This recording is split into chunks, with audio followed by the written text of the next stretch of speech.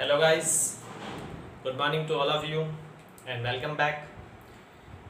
हम पढ़ रहे थे एटॉमिक फिजिक्स 14th चैप्टर के बारे में, परमाणु भौतिकी, और उसमें अभी तक हम 5 लेक्चर पढ़ चुके हैं जिसमें बहुत सारी बातें हमने की हैं। आशा करता हूँ आप साथ साथ में पढ़ रहे होंगे और सभी कुछ बहुत अच्छी तरह से समझ रहे होंगे। ठीक है, तो लास्ट क्लास में हमने जाते जाते नील्स बोर के अभिग्रहित के आधार पर ये देखा था कि इलेक्ट्रॉन जो है वो कुछ निश्चित कक्षाओं में ही चक्कर लगाता है, और उसके वेरिफिकेशन के लिए हमने एक डेरिवेशन किया था। उस डेरिवेशन में हमने ये देखा था कि इलेक्ट्रॉन्स की जो ऑर्बिटल रेडियस हैं उनका रेशियो हमारे पास सर्टेन आता है, 1:4:9:16:25:100। इससे क्या पता चला कि इलेक्ट्रॉन वास्तव में नील्स बोर के अकॉर्डिंग कुछ निश्चित कक्षाओं में ही चक्कर लगाता है, जिन्हें स्टेशनरी ऑर्बिट्स यानी कि स्थायी कक्षाएं कहा गया था। और किसी ऑर्बिट में रिवॉल्व करते हुए इलेक्ट्रॉन की ऑर्बिटल वेलोसिटी भी अपन ने फाइंड आउट करी थी, और ये देखा था कि जैसे जैसे ऑर्बिट्स बढ़ते हैं, नाभिक से दूर जाता है इलेक्ट्रॉन, उसकी ऑर्बिटल वेलोसिटी कम होती जाती है। आज के इस सेशन में हम डिस्कस करेंगे कि किसी nth ऑर्बिट में अगर कोई इलेक्ट्रॉन रिवॉल्व कर रहा है न्यूक्लियस के अराउंड, नाभिक के चारों ओर, तो उसकी टोटल एनर्जी कितनी होगी। तो चलिए शुरू करते हैं गाइस। लेकिन उससे पहले अगर अभी तक आपने मेरे टेलीग्राम ग्रुप को ज्वाइन नहीं किया है तो जल्दी से डिस्क्रिप्शन बॉक्स में दिए गए लिंक पे जाके उससे जुड़िए, क्योंकि सारे पीडीएफ आपको वहाँ से मिल जाएंगे और आप अपना फेयर काम बहुत आसानी से कर लोगे। ठीक है गाइस, तो चलिए शुरू करते हैं आज का सेशन। आज का जो अपन टॉपिक पढ़ने वाले गाइस वो है total energy of electron. Total energy of electron in nth orbit, nवीं कक्षा में चक्कर लगाने वाले किसी इलेक्ट्रॉन की कुल ऊर्जा के बारे में।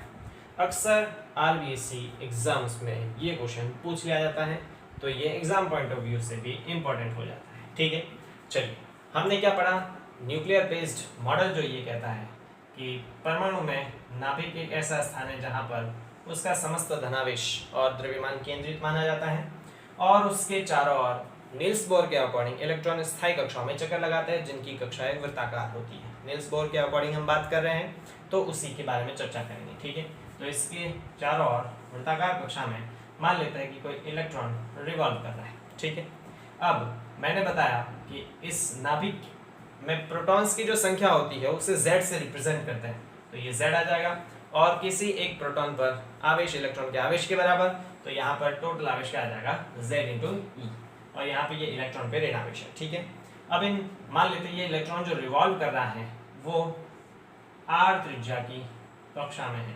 ठीक है, तो यहाँ से लेके यहाँ तक त्रिज्या R है, और अगर ये nवीं कक्षा है तो हम इसको लिखेंगे Rn।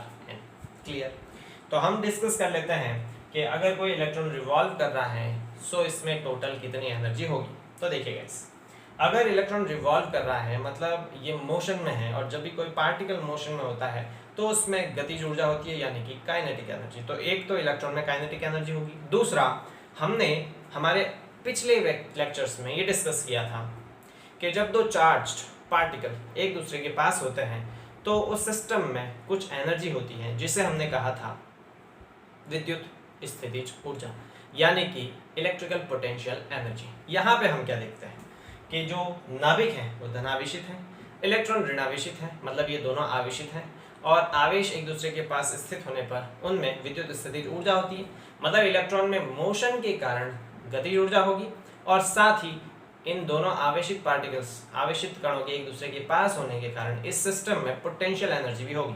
और वो पोटेंशियल एनर्जी भी हमने डिस्कस की थी रदरफोर्ड अल्फा पार्टिकल एक्सपेरिमेंट में, जब मैंने क्लोजेस्ट अप्रोच की बात की थी, minimum distance of close approach, तो उसमें मैंने बताया था इलेक्ट्रिकल पोटेंशियल एनर्जी जो दी जाती है U, हालांकि ये तीसरे चैप्टर का टॉपिक है लेकिन मैंने डिस्कस किया था, वो किससे दी जाती है, वो होती है K Q1 Q2 और अपॉन R से।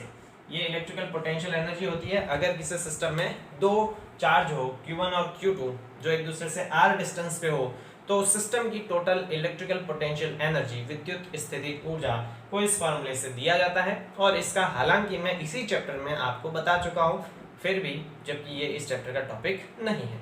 तो हम जब ये इलेक्ट्रोस्टैटिक पढ़ेंगे बहुत अच्छे तरह से पढ़ेंगे, बहुत बढ़िया टॉपिक है इलेक्ट्रोस्टैटिक्स, उसको मैं बहुत अच्छे तरह से डीप डिस्कस करूंगा। जब वो पढ़ेंगे तब इसके बारे में डिस्कस हम करेंगे बहुत अच्छे से। तो फिलहाल के लिए ये समझिए कि दो चार्ज पार्टिकल Q1 Q2 एक दूसरे के पास हो r दूरी पर, तो उस पूरे सिस्टम की इलेक्ट्रिकल पोटेंशियल एनर्जी होती है K Q1 Q2 upon r।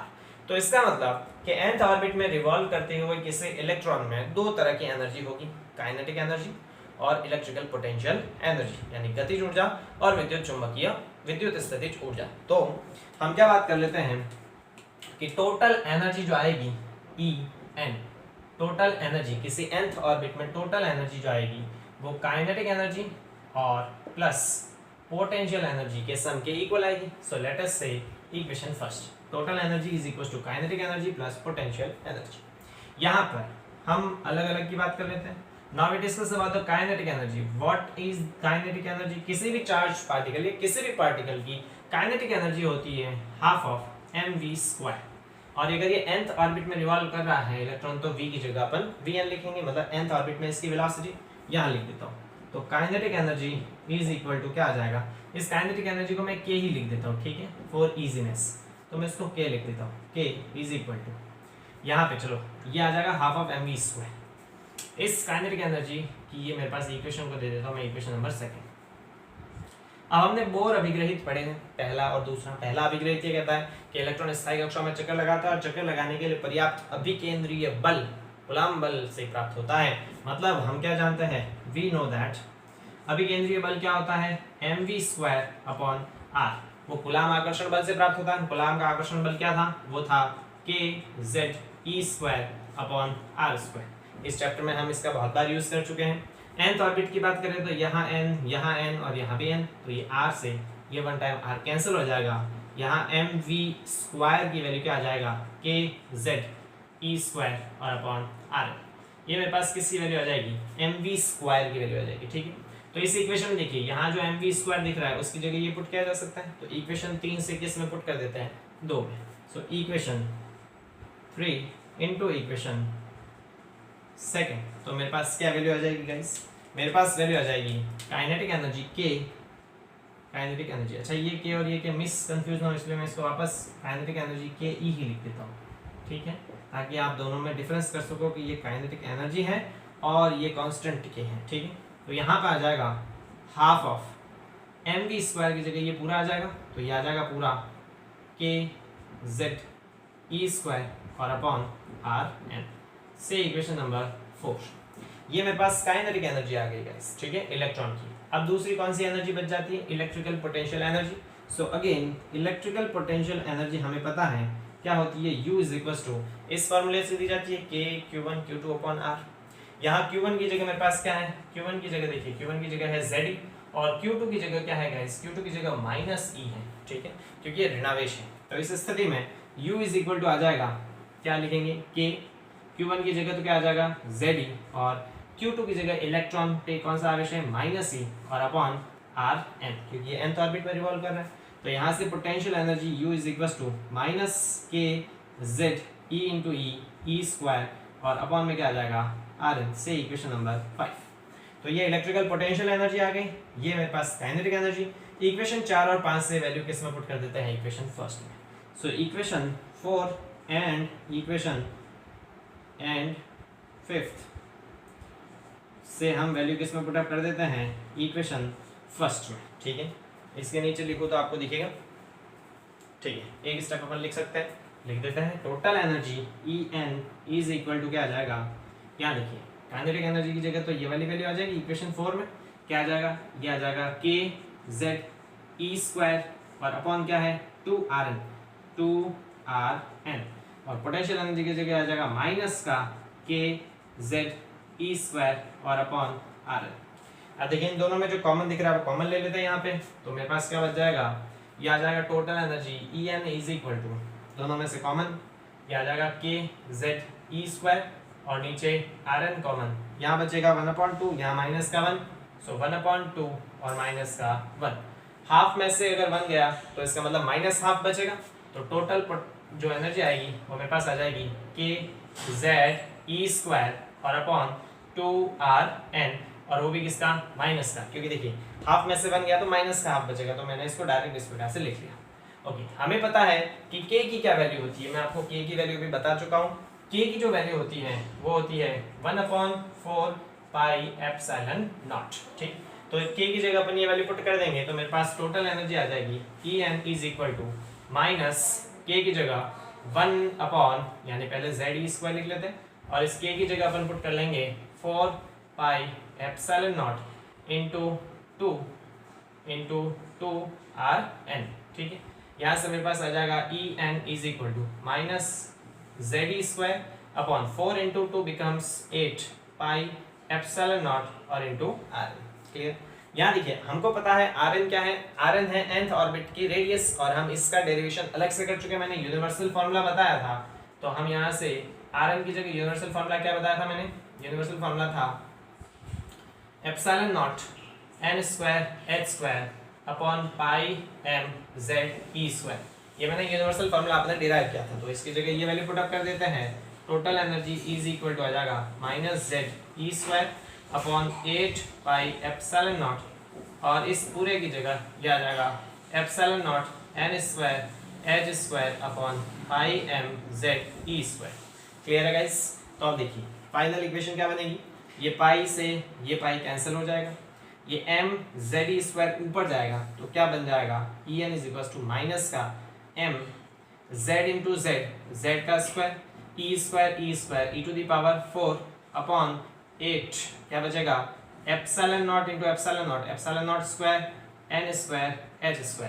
ये इक्वेशन जो है वो nth ऑर्बिट में रिवॉल्व करते हुए किसी इलेक्ट्रॉन की टोटल एनर्जी को रिप्रेजेंट करता है और इसी को मैं इक्वेशन नंबर 6 दे देता हूँ। ठीक है, ये यूनिवर्सल इक्वेशन है, ये क्या शो करता है nth ऑर्बिट में रिवॉल्व करते हुए किसी इलेक्ट्रॉन की टोटल एनर्जी को रिप्रेजेंट करता है।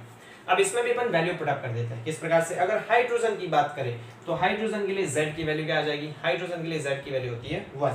सो फॉर हाइड्रोजन अगर मैं हाइड्रोजन की बात करूं तो Z इज इक्वल टू क्या लिखेंगे अपन 1।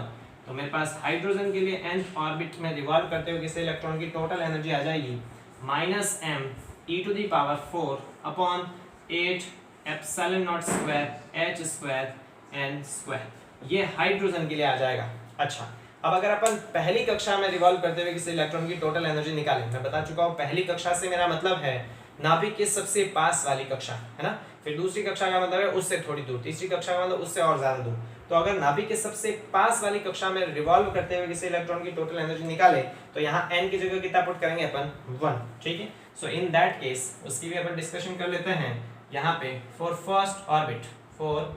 फर्स्ट ऑर्बिट यहाँ पहले ऑर्बिट के लिए n की वैल्यू 1 पुट करें तो मेरे पास पहली कक्षा में रिवॉल्व करते हुए किसी इलेक्ट्रॉन की एनर्जी क्या आ जाएगी minus m e to the power 4 upon 8 epsilon naught square, n की जगह तो 1 पुट करा तो सीधा क्या आ जाएगा h²। ठीक है guys.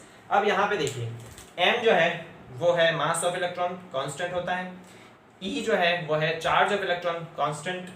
8 already constant, epsilon not permittivity constant और h प्लैंक कांस्टेंट। सभी कांस्टेंट और सभी की वैल्यू हमें पता है तो अपन वैल्यू पुट अप कर देते हैं। सभी की मैं वैल्यू लिख लेता हूँ, क्या आ जाएगा यहाँ पर m is the mass of electron that is 9.1 into 10 to the power minus 31 kg। e is the charge of electron, electron पर आवेश का मान जो है 1.6 10 to the power minus 19 coulomb. Epsilon not permittivity है जो होती है 8.85 10 to the power minus 12। मैंने इसकी यूनिट भी कल बताई थी, न्यूटन मीटर स्क्वायर पर कूलम स्क्वायर। और h is Planck constant 6.62 10 to the power minus 34 joule into second. ये सारी की सारी वैल्यू अगर हम यहाँ पे पुट करें, ठीक है, तो मेरे पास फाइनल एनर्जी की जो इक्वेशन आएगी गाइस, फाइनल एनर्जी इक्वेशन मेरे पास क्या आ जाएगी, फाइनल एनर्जी इक्वेशन देन प्रथम कक्षा में चक्कर लगाते हुए किसी इलेक्ट्रॉन की टोटल ऊर्जा आएगी माइनस 13.6 इलेक्ट्रॉन वोल्ट। ये फिक्स है और इस सभी की वैल्यू को आप रख के भी देखोगे तो यही वैल्यू आनी है। ठीक है, मैं बता चुका इलेक्ट्रॉन वोल्ट ऊर्जा का मात्रक होता है, छोटा मात्रक, बड़ा मात्रक जूल होता है और एक इलेक्ट्रॉन वोल्ट में 1.6 10 to the power minus 19 joule के बराबर एनर्जी होती है। तो ये किसकी एनर्जी आई, ये एनर्जी आई है केवल प्रथम कक्षा में चक्कर लगाते हुए इलेक्ट्रॉन की ऊर्जा है।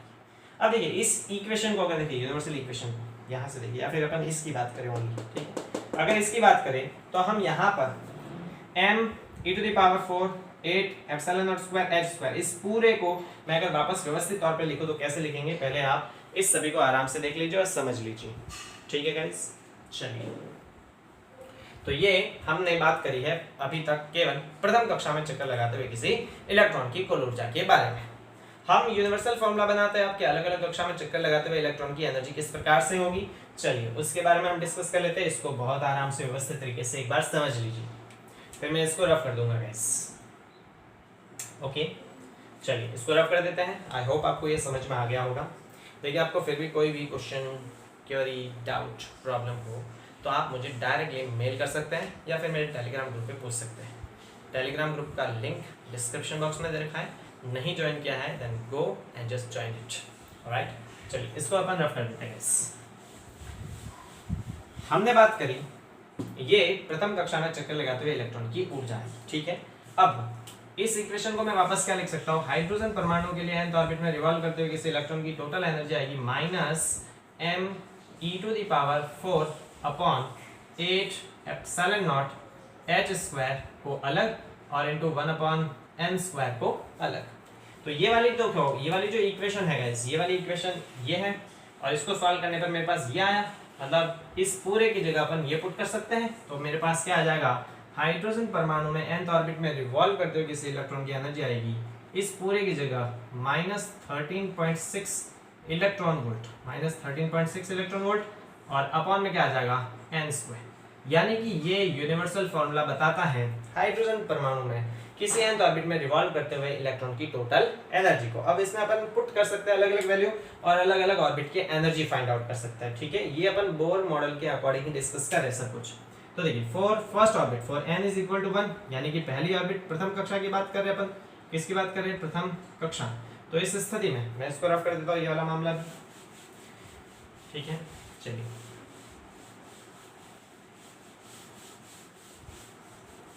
तो प्रथम कक्षा की अगर बात करेंगे इस स्थिति में E1 मेरे पास कितना आ जाएगा, -13.6 अपॉन n की जगह 1 का स्क्वायर। तो सीधा क्या आएगा, -13.6 electron volt. -13.6 upon 1 is equal to, electron volt है, electron volt is equal to -13.6 upon 1 that is equal to -13.6 electron volt. Clear. अगर n is equal to 2 put करें, n इज इक्वल टू 2, तो कौन सी कक्षा की बात करें हम, द्वितीय कक्षा की बात करें, दूसरी कक्षा की बात करें, सेकंड ऑर्बिट। ठीक, नाभिक से जस्ट थोड़ी और दूर। E2 is equal to -13.6 upon 1 का स्क्वायर की जगह क्या आएगा, 2 का स्क्वायर। 2 का स्क्वायर होता है 4, तो ये आ जाएगा 4 और इसमें इसका अगर डिवाइड करेंगे गाइस तो कितना आएगा, तो ये आ जाएगा -3.4 इलेक्ट्रॉन वोल्ट। क्लियर। इसी तरह थर्ड ऑर्बिट की बात करें for n is equal to 3, यानी हम किसकी बात करें, तृतीय कक्षा की थर्ड ऑर्बिट की बात करें। In that case E3 is equal to -13.6 upon 3 square. 3 का स्क्वायर होता है 9 और इसमें 9 का अपन डिवाइड करेंगे तो कितना आ जाएगा, ये आ जाएगा -1.51 इलेक्ट्रॉन वोल्ट के आसपास। ठीक है, आई गेस इतना ही आएगा, देख लीजिए। For n is equal to 4, यानी चतुर्थ कक्षा की बात करें, इस केस में energy E4 is equal to -13.6 upon 4 square electron volt.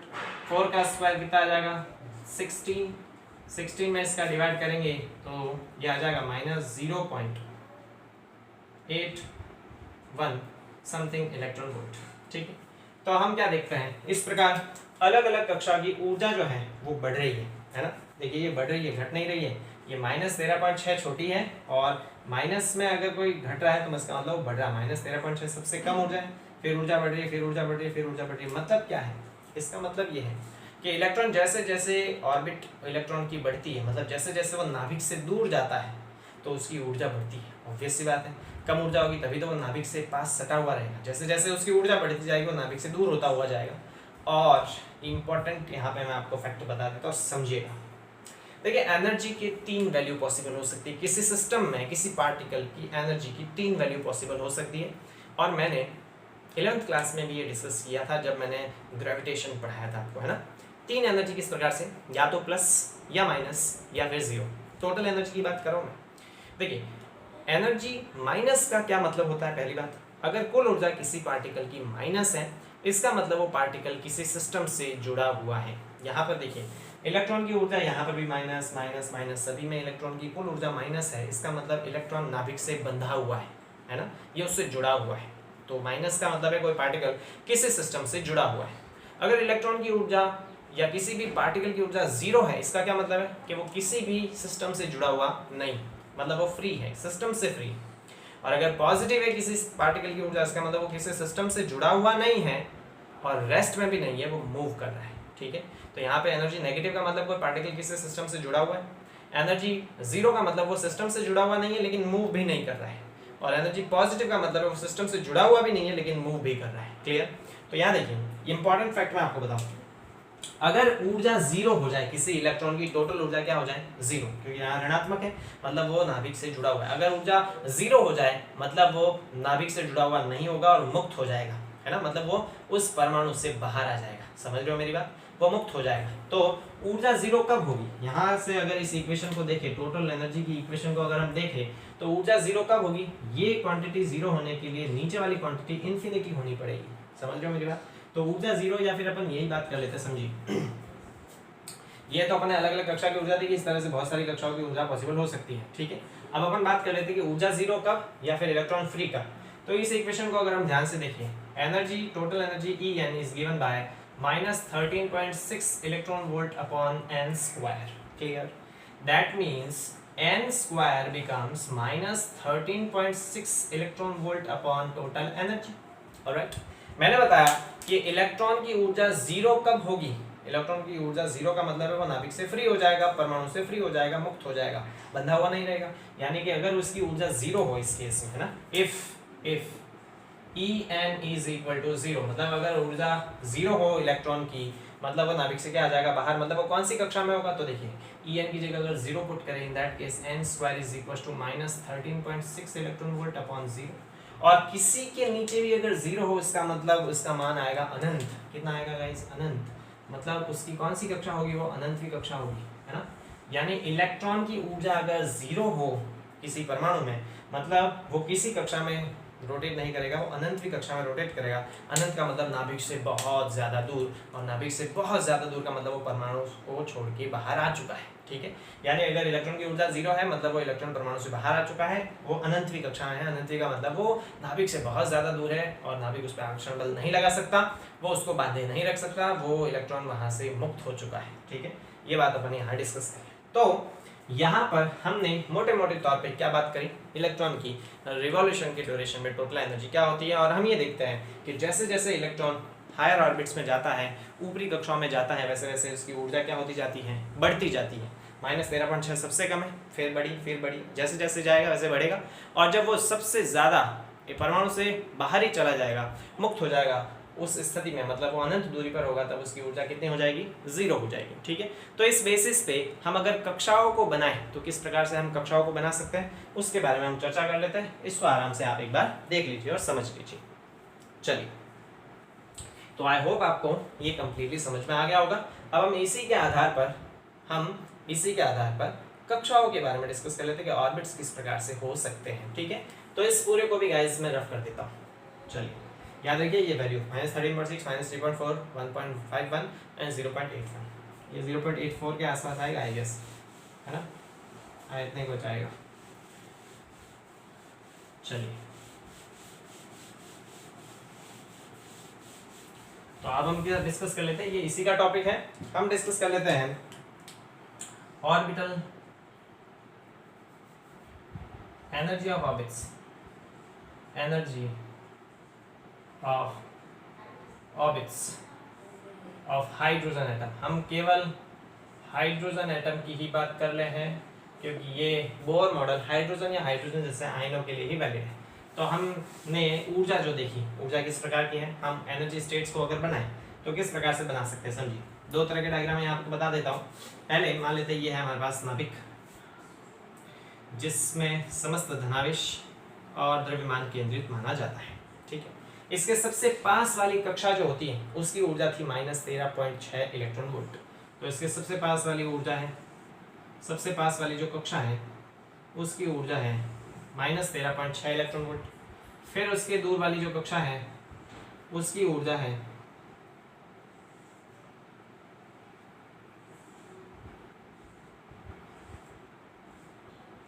वो है -3.4 इलेक्ट्रॉन वोल्ट। फिर उससे दूर वाली है -5.15 इलेक्ट्रॉन वोल्ट। फिर उससे दूर वाली है 0.84 इलेक्ट्रॉन वोल्ट। इस तरह अलग अलग कक्षाओं की ऊर्जाएं क्या होगी, अलग अलग। इसकी ऊर्जा -13.6 इलेक्ट्रॉन वोल्ट है में इलेक्ट्रॉन वोल्ट। यहाँ इसकी -3.4 -1.51 इलेक्ट्रॉन वोल्ट।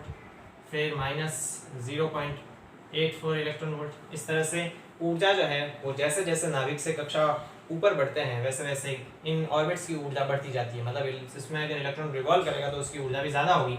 और इसी तरह वो अनंतवी कक्षा में अगर होगा, कौन सी कक्षा में, अनंतवी। अनंतवी कक्षा से मेरा मतलब है कि वो नाभिक से बहुत ज़्यादा दूरी पर या परमाणु से बाहर, उस समय उसकी ऊर्जा कितनी होगी, 0 इलेक्ट्रॉन वोल्ट। मतलब इलेक्ट्रॉन फ्री हो चुका होगा। तो इस प्रकार नाभिक के चारों ओर ऊर्जा स्तर होते हैं कुछ इस प्रकार के, ठीक है। इन्हें ऑर्बिट्स कहते हैं या ऊर्जा स्तर कहते हैं, जिसमें इलेक्ट्रॉन रिवॉल्व कर सकता है।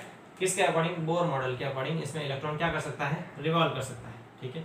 इसमें इलेक्ट्रॉन रिवॉल्व कर सकता है, ठीक है।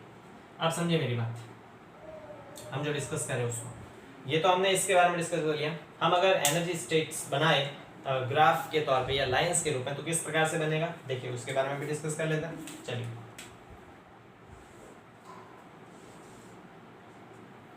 ये मान लेते हैं एनर्जी को शो करता है, ठीक है, nth ऑर्बिट में एनर्जी। तो सबसे लोअर एनर्जी स्टेट जो होता है उसकी ऊर्जा होती है -13.6 इलेक्ट्रॉन वोल्ट, ठीक है। और इसको हम पहला ऑर्बिट कहते हैं, यानी n = 1। फिर जैसे ऊपर बढ़ते हैं ऊर्जा बढ़ जाती है, कितनी हो जाती है ऊर्जा होती है 3.4 इलेक्ट्रॉन वोल्ट, ठीक है। तो दूसरे ऑर्बिट की ऊर्जा हो जाती है, वो हो जाती है -3.4 इलेक्ट्रॉन वोल्ट, जब ऑर्बिट कौन सा होता है, दूसरा। इसी प्रकार से तीसरे ऑर्बिट की ऊर्जा कितनी हो जाती है, वो हो जाती है -5.15 इलेक्ट्रॉन वोल्ट, जब तीसरा ऑर्बिट होता है। चौथे ऑर्बिट की ऊर्जा जो है वो कितनी हो जाती है, 0.84 इलेक्ट्रॉन वोल्ट माइनस में, ये n = 4 के लिए। इसी प्रकार से हम आगे बढ़े और अनंतवी कक्षा की बात करें तो अनंतवी कक्षा में ऊर्जा कितनी हो जाती है, 0 हो जाती है।